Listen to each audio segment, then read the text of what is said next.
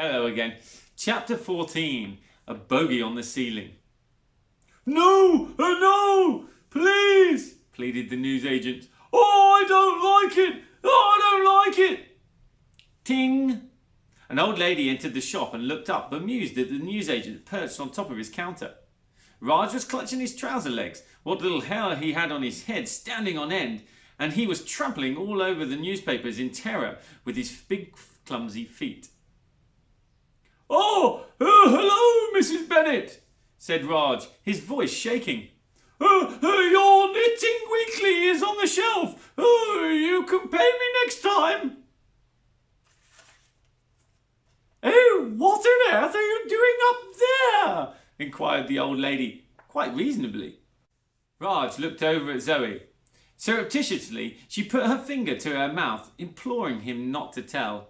She didn't want everyone to know she had a rat, or soon the news would spread to the estate and her dreaded stepmother. Unfortunately, though, Raj was not a natural liar.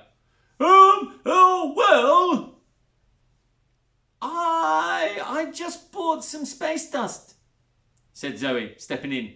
You know, the popping sweets.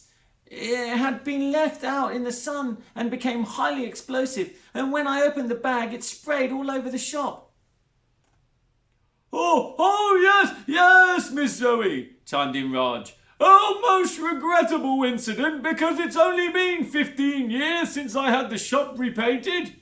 I am just trying to pick the space dust off the ceiling. Raj came across a particularly ingrained piece of dirt on the ceiling and scratched at it. Oh, space dust everywhere, Mrs. Bennet. Please pay me next week. The old lady shot him an unconvinced look and peered up at the ceiling. Oh, well, that's not space dust. That's just a piece of snot. No, Mrs. Bennet. That's where you are wrong. Look. Reluctantly, Raj used his fingernail to prise away the bogey he had long since sneezed up there and popped it in his mouth. Pop, he added unconventionally. Oh, I love space dust. Mrs. Bennet looked at the newsagent as if he was quite mad.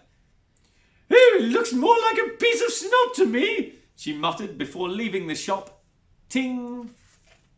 Raj quickly spat out the ancient bogey. Look, the little thing is not going to hurt you, said Zoe. She gently took him out of her pocket. Cautiously, Raj clambered down and slowly approached his worst nightmare. He's only a baby, said Zoe encouragingly. Soon, Raj was at eye level with the rodent.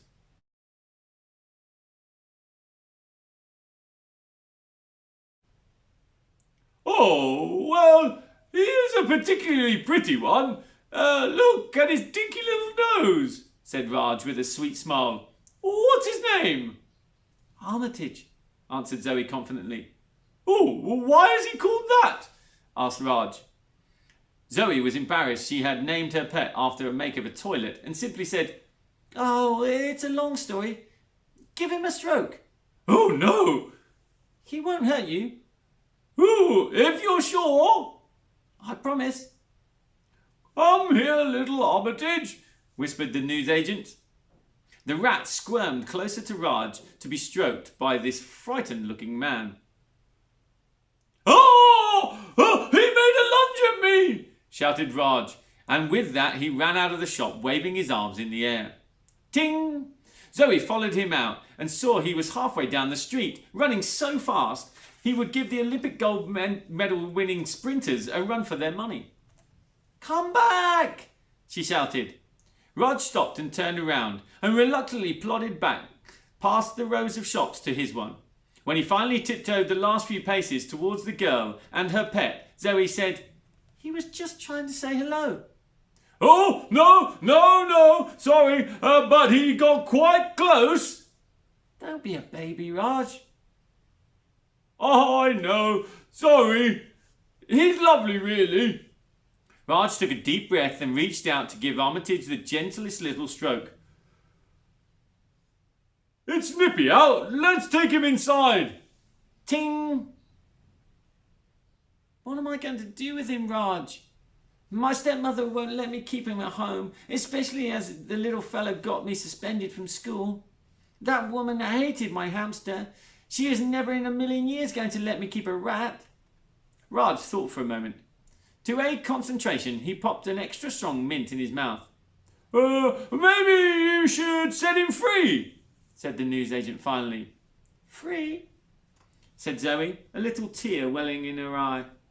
"Yes, rats are not meant to be pets." "Oh, but this little one is so cute."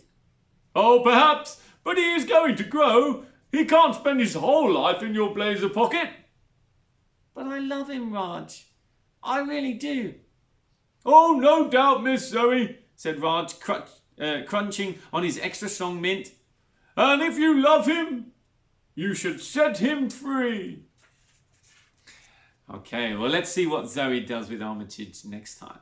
Okay, see you soon.